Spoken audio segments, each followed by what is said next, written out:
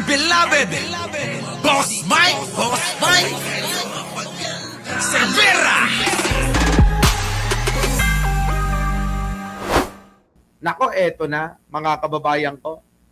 Oo, binanatan ng isang pari, ito hong anak ni Loren Legarda, na wala pong iba, kundi si Congressman Leandro Malapad, malaki ang butas ng ilong, Libiste, mga kababayan. Nako, matindi ang banat ng pare. Nagulat ako rito, mga kababayan ko. Diniin ng husto ng pare ito hong pagpapanggap na maging matulungin, maging mabuting politiko, mabuting tao, demonyo pala, mga kababayan. Napaka-demonyo. Abay, biruin ninyo. Kung di ba naman demonyo itong si Leandro Libiste, pati simbahan gagamitin niya para sa pansarili niyang agenda. Nabisto ho ng pare, mga kababayan. Nabisto ng pare. Ang isang bandang bigas. Pakinggan nyo ho, mga kababayan, ha. Pakinggan nyo ang sinasabi ni Father dito, ha. Pakinggan nyo, ha.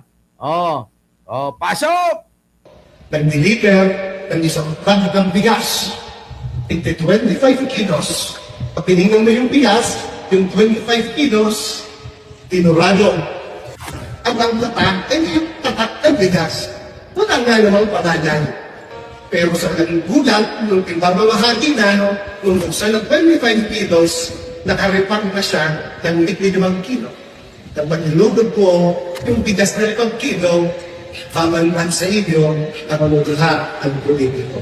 Ganito ang naging homily ni Father Jason Siapco sa misa na ginanap kaninang umaga sa Parish of Santo Niño.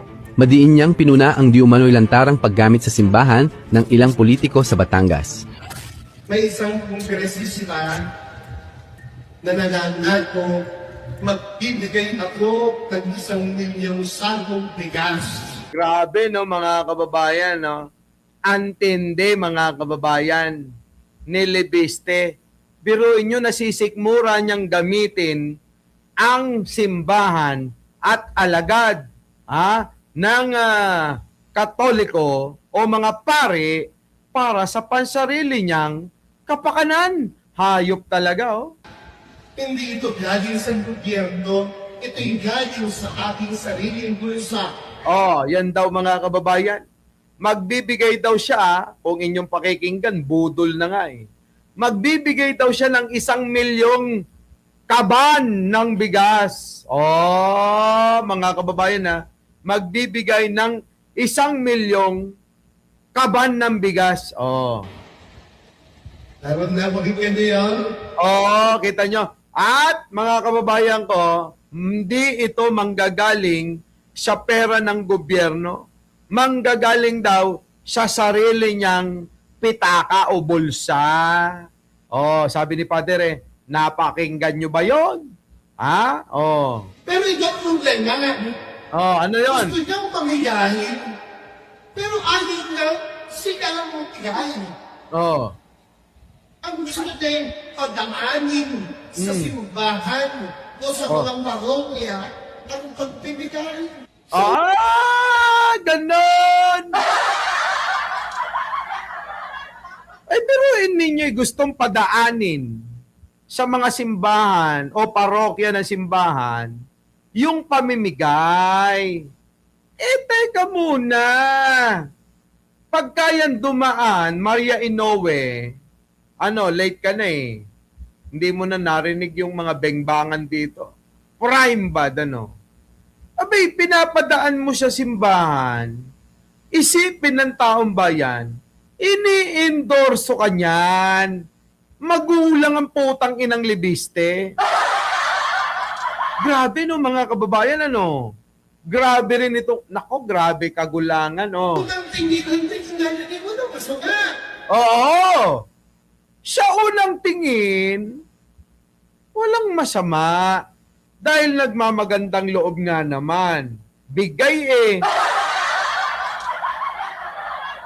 Bigay mga kababayan eh. Oh. At wala tinawang masama No. kung mamamahagi. Pero ang mamamahagi ang simbahan at silang pinagaling sa kanya. Oo. Teka. Oh, teka. Ine-endorse yata ng simbahan. Oo. Hindi mo ito. Kita nyo mga kababayan ko. Kagulang talaga, no? Ha? Kagulang, ano? Biruin ninyo mga kababayan eh. Idadaan yung pamimigay sa simbahan. Tapos kailangan yung ipinamimigay nakalagay yung pangalang malaking malaki sa sako. Ang usapan isang kaban yung pala'y tagli 5 kilo lang. 5 kilo, mga kababayan. Biruin ninyo. Tapos mga kababayan, yung sakong maliit na yon, nakalagay yung malaking pangalan noong pong politiko na gumagamit sa simbahan. Tama nga naman si Father. Kung ikaw ay namimigay, kung ikaw ay gagawa ng mabuti at idadaan mo sa simbahan, huwag mo nang dikta ng simbahan na galing sa'yo. At huwag mong lalagyan ng pangalan yung mga bigas na ipamimigay mo para hindi mabatikan na nagagamit sa politika itong simbahang Katoliko. Baka sa KOJC, baka pumayag. O kaya sa mga simbahan dyan na iba. O baka sila'y pumayag. Sila na lang ang gamitin mo. Huwag na yung simbahang Katoliko. Di ba mga kababayan? Kayo. Isipin nyo maigi yan. Kaya ang nanalo sinabi, pwede naman kami ang mamahagi, pero wag na natin ipaalam na galing sa iyo. Kita nyo? Tama. Pwede naman daw nating ipamahagi, pero wag na nating ipaalam na galing sa iyo yon. Kasi mababatikan talaga. Mapapansin talaga. Magbebenispisyo ka Di ba? Magbebenispisyo kang putang ina mo Alam mo yung Diyos? Tingin mo yung kaloob? Alam na mga kababayan ko, pagka gumawa tayo ng mabuti, alam na ng Diyos yun Di ba, Leia Corpus? Alam na ng Diyos yun. Gumagawa tayo ng mabuti. Di ba?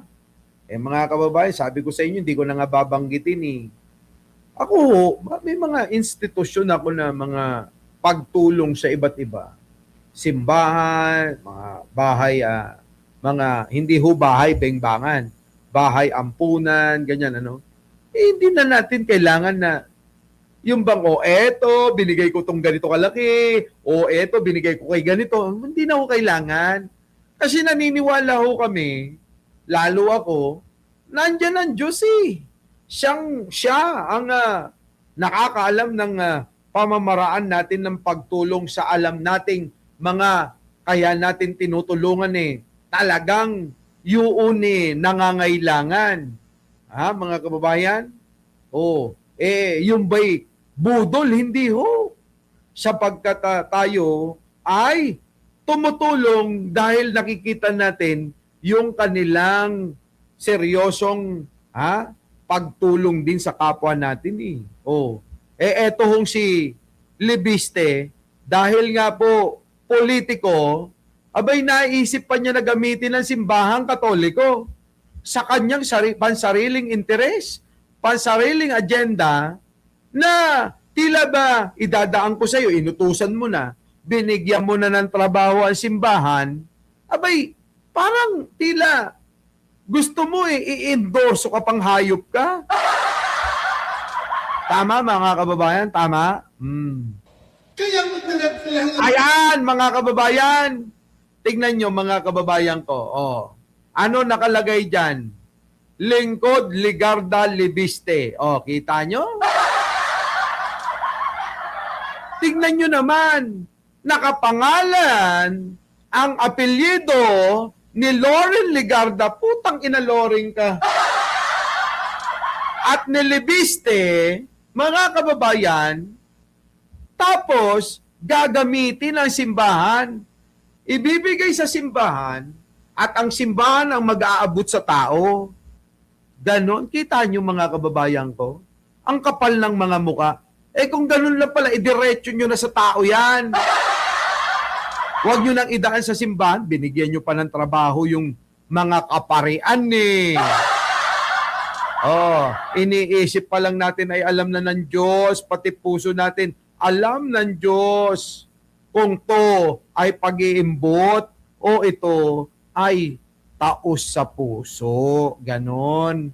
Di ba? Ngayon nasusundan nyo ba ako, mga kababayan ko? Yung mga pinamimigay ng mag-ina na yan kita nyo naman, di ba? Maanumalya pa rin ang kinakaharap nila sa bilyon-bilyong pera na kinikbak di umano neto hong si Libiste diyan po sa solar panel kineme na binenta ang prangkisa sa isang mayaman na negosyante na walang naging puhunan kung hindi bilat-bilat lang. Laway-laway lang ho nila ng nanay niya nung panahon ni Duterte. Yun! Ng pangalan o mukha ang nilalagyan ng bigas. Grabe no? Grabe no mga kababayan, ang tindi no? Ang tindi ni Libiste. Ay nataatim na ating mga kababayan na gamitin ang simbahan. Ng isang baggang bigas. 25 kilos. Pag tinignan mo yung bigas, yung 25 kilos, tinurado. O kung ano lang klase ng bigas, ang tatak, hindi yung tatak ng bigas. Wala nga namang pangalan. So, tinanggang, pero sa naging gulang, nung pinamamahagi na, nung buksan ng 25 kilos, nakarepack na siya ng 5 kilo. Kita nyo mga kababayan ko, ayun 5 kilo. Nakikita nyo ba? Yung 25 kilos, nirepack na ho ng tag 5 kilo. Ayun nakalagay 5 kg. Sa litrato, mukhang malaki. Pero mga kababayan, bakit nirepack mo at nilagay mo sa lalagyan na kung saan ay nakalagay ang malalaking pangalan ng mga politiko diyan po sa Batangas? Grabe no, ang tindi talaga na itong mag-ina na to. Hayop. Pag nangyugod po, yung bigas na 5 kilo, naman sa inyo, nakamutulha. Yan, yung mukha na yan. Nakikita niyo yung mukha na ito, mga kababayan? Mukha ng mga magnanakaw. Grabe no, mga kababayan ko, no? Bakit? Sige nga ho, si Loren Legarda, anong naging trabaho? Newscaster. At hindi na ho umalis sa pagiging politiko, mga kababayan ko. Ano ang kinayaman? Sige nga ho, sabihin nyo nga sa akin. Kailanman hindi ba ito nandugas, itong mag-ina na to? Di ba? Mga kababayan, si Raulo na lang ang magsasabi na kailanman hindi nandugas. Dahil etong mga ito masusunog ang kaluluwa na itong mga ito sa impyerno. Opo, mga kababayan, masusunog ang kaluluwa nila sa impyerno. Oo, alam nyo, ako marami rin akong kasalanan Oo. Pero yung pagdudugas, pagnanakaw, pang-aabuso ng kapwa, hindi ho kasama. Oo. Isa lang ho. Maaaring nakasakit ako ng damdamin, ng puso, ng ilang mga babae, ganon. At pilit-pilit ko namang inabsuelto. Grabe no mga kababayan, matindi talaga yung mga yan. Oo, matindi. Hay, nako. Anyways, inabot na tayo ng mahabang oras. Oo, akala ko mabilis lang. Yung pala, haba na ng oras natin. Anong oras na, Boss Mike? Pakicheck nga. Grabe, alas 12:30 na. 12:33 na mga kababayan. Grabe oras na ng bengbangan. Oo Bembang, oras na, bembangan magandang gabi at masayang bengbangan sa inyo. Sana ay makabuo kayo. Sana ay dumami ang inyong mga lahi. Wag ho sanang katulad ng mga DDS na nuknukan ng mga tangat bobo. Paramihin natin yung lahi natin. Wag yung lahi ng mga putang inang mga bobot mangmang. At hindi hulahi ng mga magnanakaw. Muli mga kababayan, maraming salamat sa inyong pagsama. Opo, kita-kita po tayo bukas. At bukas may bengador at nandun po tayo. Bebenga sa mga putang inang yan. Maraming salamat po. Our beloved Boss Mike! Boss Mike!